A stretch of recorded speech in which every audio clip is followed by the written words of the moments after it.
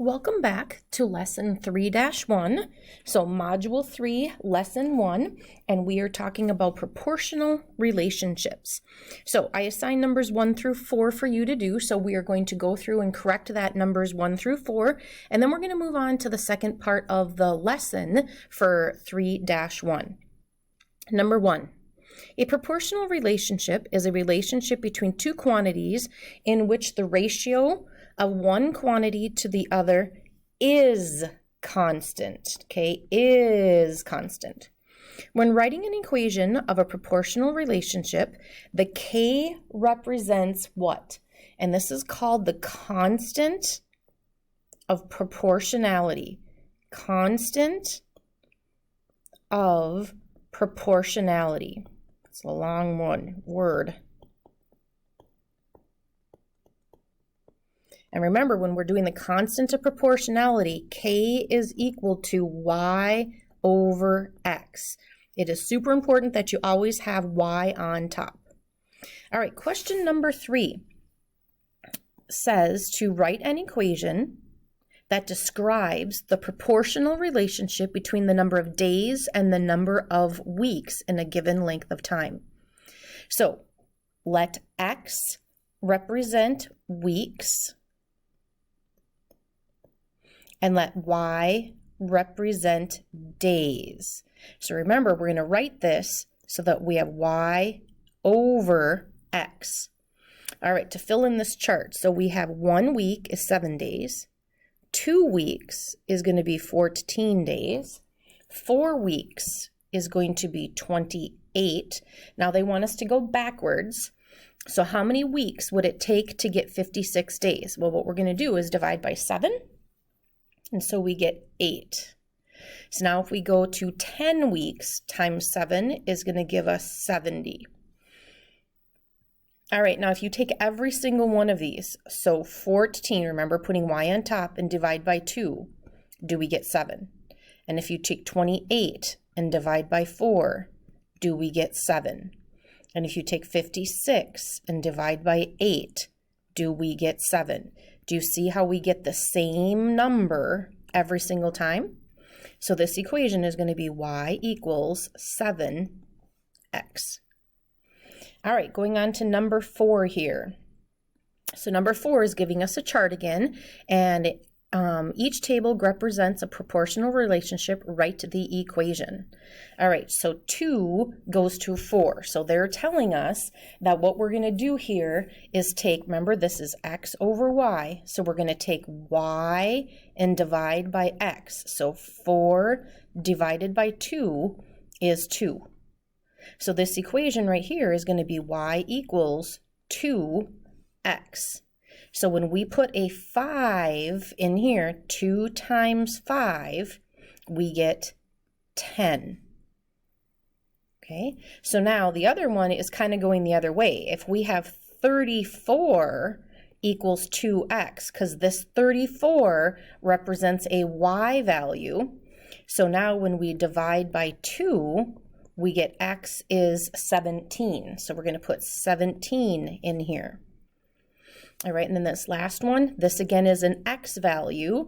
So now we can go 2 times 120, and we get 240 in here for that last chart. All right, we're going to go on to a few notes here, and then we're going to come back and maybe do this number 5, and then we'll get going on the rest of the assignment here.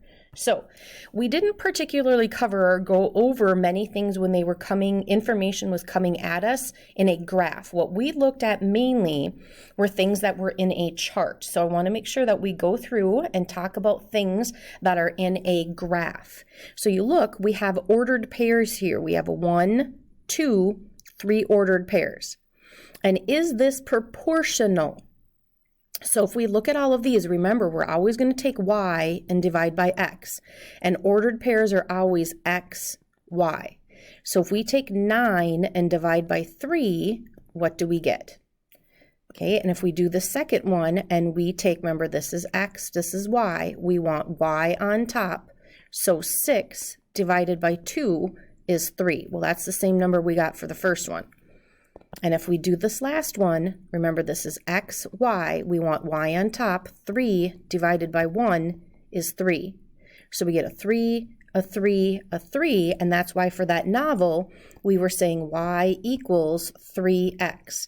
One other thing that we need to take notice here is when you look at this graph, does it go through this point right here, 0, 0, which is called the origin? So to be proportional, we have to be starting at 0. So if you buy 0 bottles of pop, it's going to cost you $0. Okay? If you go 0 leagues, then you have gone 0 miles. So let's look at this example 2. They give us information in both a chart and a graph. So if we just take y over x for everything, remember this is x, this is y. So you do 1 over 6, 2 over 12, 3 over 18, always putting the y on top. Do they always reduce down to the same fraction?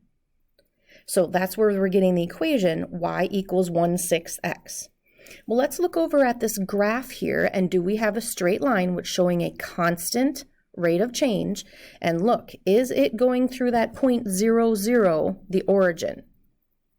And if you look at this, remember this is your x-axis and this is your y-axis. And we want to put y on top.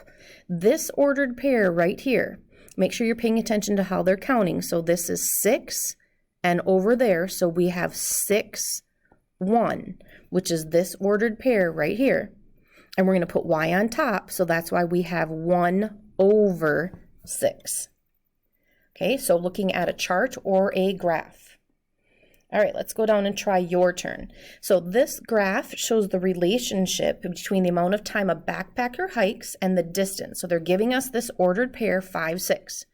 Now, whenever I write my ordered pairs, I like to kind of put x and y above it, so I make sure that I keep things in order here. So remember, when we write this equation, we are going to want to write the y value on top. So what does 5, 6 represent? Well, look at the 5. 5 is the x value. This is x. So this means he went 5 hours. So in 5 hours, this guy hiked how much? So go up here and then across. Now, what does that represent? We're counting by 2's every time it looks. 2, 4, 6, 8. So he went 6 miles. So it took him 5 hours to hike 6 miles. Okay, now what ratio is that? How are we going to write that? Remember, we're going to do y over x. So the y value is 6 over 5. So this relationship is going to be 6 over 5x. All right, skipped one here. All right, looking at this graph here. So write an equation for this relationship. So I'm going to have y equals blank x. And remember, this is my k value, and k is y over x to get that constant of proportionality. So let's count to see what this thing's counting by. So here's 5. So it looks like this might be 1, 2, 3, 4. So if I look at this first dot right here, this dot is going to be over 3. This is my x value. And then my y value, if I go across over here, they're counting by, well, if that's 200, that number right there must be 100. So this is my y. And remember, I want to write it y over x. So I have 100 over 3. Now, some of you might write that because you might grab your calculator and find out that that is 33.3 repeating. That is fine. Some of you may write it as 33 1/3. That's fine. I would accept any one of those in there. All right, another graph here. So the graph shows the relationship between the number of flowers, cups of flour, and the number of cookies. And write an equation. So I'm going to have y equals, and look at, if it's going through this origin here, right here, then I know it's going to be a constant of proportionality. So I'm going to have my k value. And remember, it's y over x. Where do I get my y and x's? Well, it doesn't matter which point I pick. So let me just pick the furthest one. This is going to be a little more work, but I can still do that.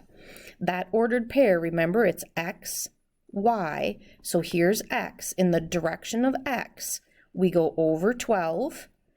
Okay, so 12, and then we're going to come up here and find my y value is 192.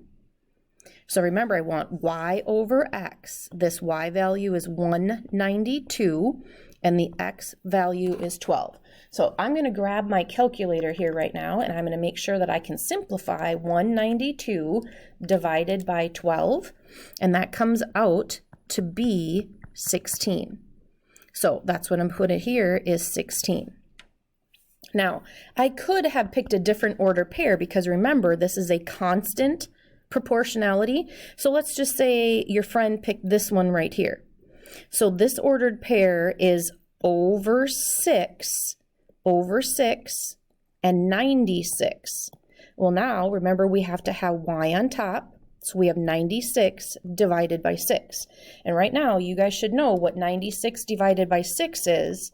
16, because it's going to come out to be the same thing. Now, really, you could have picked this ordered pair right here. And some kids wouldn't because there's no numbers written here. So you want to be safer by using the other numbers. So that is probably a good choice. All right, let's try this one. So this table shows a proportional. So they're telling you it is proportional. So if you take, remember this is x, this is y, 140, and divide by 5. So 140 divided by 5 is 28. If we did 224 divided by 8, that is 28.